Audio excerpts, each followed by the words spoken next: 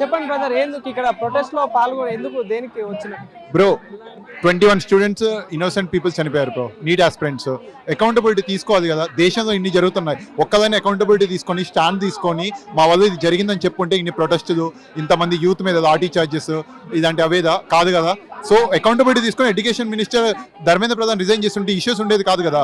లేదు, ఏ పార్టీకి ఏమన్నా అయిందంటే హిందూ ముస్లిం గొడవలు, లేకపోతే హిందూస్ పోయి క్రిస్టియన్స్ కొట్టడం. ఇదే నేను ఒక బీయింగ్ హిందూగా అడుగుతున్నాను, ఒక హిందూస్ ఇంతమంది ఉన్నారు కదా, ఇది రైట్ టైం మనం మేల్కోవాలి. ఇంకెన్ని రోజులు హిందూ ముస్లిమ్స్ గొడవలు అంటే దేశం నడవదబ్బా, దేశం వెనకబడిపోతుంది, రూపీ వాల్యూ పడిపోతుంది, జిఎస్టీ ఎంత కడుతున్నామో మనకి తెలియట్లేదు. అండ్ ఇంకోటి ఇథనాల్ పెట్రోల్ వల్ల మన వెహికల్స్ పాడైపోతున్నాయి. ఇంకా నీట్ ఇష్యూ ఇలా చూసుకుంటూ పోతే కొన్ని నెంబర్ ఆఫ్ ఇష్యూస్ ఉన్నాయి ఇండియా వైడ్గా. అవన్నీ ఎవరు ఫైట్ చేయరు. అదే ఒక ముస్లిం అతను ఎవరైనా అంటే చాలు మొత్తం హిందూ సంఘాలన్నీ పోతాయి. అదే ఒక హిందూ తప్పు చేస్తే మాత్రం, ఇప్పుడు నీట్ విషయంలో చనిపోయింది 21 స్టూడెంట్స్ హిందూసే కదా. ఒక్క ఆర్ఎస్ఎస్ కానీ ఒక్క బజరంగ్ దాల్ కానీ బయటకు వచ్చి మాట్లాడారా? ఇంతవరకు not even one group of Bajrang Dal RSS batch I have not seen. మీదంతా ఎక్కడికి వేరు, ఇది ఇప్పుడు రారు బ్రో. ఏదైనా కమ్యూనల్ గొడవలు అయితే కదా హిందీ ముస్లిం, అప్పుడు బయటకు వస్తారు. నేను మోడీని లాస్ట్ 13 years నేను ఫాలో అవుతున్నాను సోషల్ మీడియాలో. మోడీ ఒక్క ట్వీట్ కూడా కాంగ్రెస్ కానీ రిలీజియన్ కానీ అనే టాపిక్ లేకుండా ఏ రోజు ట్వీట్ కానీ ఏ రోజు పెట్టదు. But for the first time in 13 years of history Modi youth fight ని చూసి రియలైజ్ అయ్యాడు, ఇది ఎక్కడికో వెళ్తుందని చెప్పి బయటికి వచ్చి యూతే మన ఇండియా, యూతే మన ఫ్యూచర్ అని చెప్పి కోర్టు అకౌంటబిలిటీ అని పెద్ద పెద్ద వర్డ్స్ మాట్లాడుతున్నాడు. అంటే మోడీ నాకు తెలిసినంత వరకు మోడీకి పేపర్ లీక్ అయిన విషయం కూడా తెలుసున్నాడు. ఎందుకంటే అయ్యుంటే ఎప్పుడో రియాక్ట్ అయ్యేవాడు. ఏ రోజైనా రోడ్స్ వేస్తారు బ్రో, ఆ రోడ్స్ ఎట్లుంటాయి తెలుసు కదా. బీజేపీ లేని స్టేట్స్ సౌత్ ఇండియాలో ఎంత బాగుంటాయి, బీజేపీ ఉన్న స్టేట్స్ డెవలప్మెంట్ చూసుకోండి. హైదరాబాద్ ఒక్కటి కాదు బ్రో, ఎంటైర్ నార్త్కి చూపించడానికి. తెలంగాణ బీజేపీ రూలింగ్ స్టేట్ మా హైదరాబాద్, మా తెలంగాణ ఎంత బాగుంటుంది బ్రో.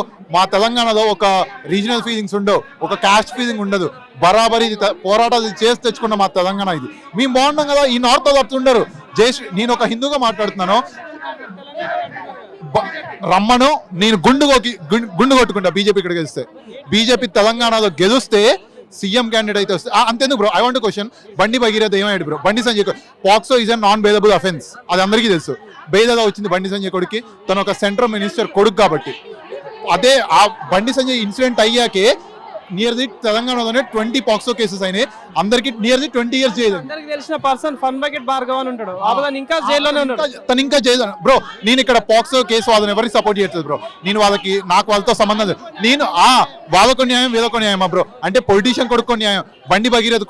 బండి సంజయ్ కొడుకు బండి భగీరథ ఎంత దర్జా బయట తిన్నాడు అంటే, వాళ్ళ రాజ్యంలో ఉన్న వాళ్ళ పిల్లలు కొడుకులు మాత్రం దర్జా బయట తిరగచ్చు. బయట బీజేపీ వాళ్ళు, మేము మాలాంటి సామాన్యుల పిల్లలు రేపు అదే పాక్సో, రేపు అదే బండి సంజయ్ కొడుకు బండి భగీరథ మా చెల్లి దగ్గరకో మా అక్క దగ్గరకు వస్తున్న పరిస్థితి ఏంటి? నేను ఒక నార్మల్ మిడిల్ క్లాస్ పర్సన్, నేను ఫైట్ చేసేస్తానా కోర్టుకి వెళ్ళి? దాన్ని అసలు కోర్టు మెట్ల దాకా పోనిస్తారా? లేదు కదా. ఇప్పుడు 2014 ముందు కూడా బీజేపీ, 2014 తర్వాతే బ్రో బీజేపీ రూలింగ్లోకి వచ్చింది.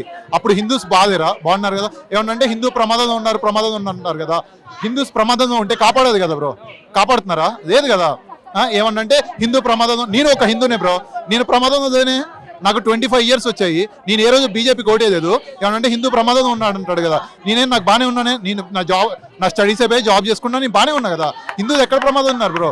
ఏమనంటే హిందూ ప్రమాదంలో ఉన్నాడని చెప్పి ఓట్లు వేయించుకోవడం, రిలీజియన్ కాస్ట్ ఫీలింగ్ ఎక్కడ బ్రో? ఇంకా ఎట్టదిపోతుంది బ్రో ఇండియా. ఇప్పుడు ఇంత ధర్నాలు చేస్తా ఉన్నారు, ఇంత చేసే వాళ్ళందరినీ దేశ ద్రోహులు అని చెప్పేసి చెప్తా ఉన్నారు. వాళ్ళకి ఏం చెప్తారు?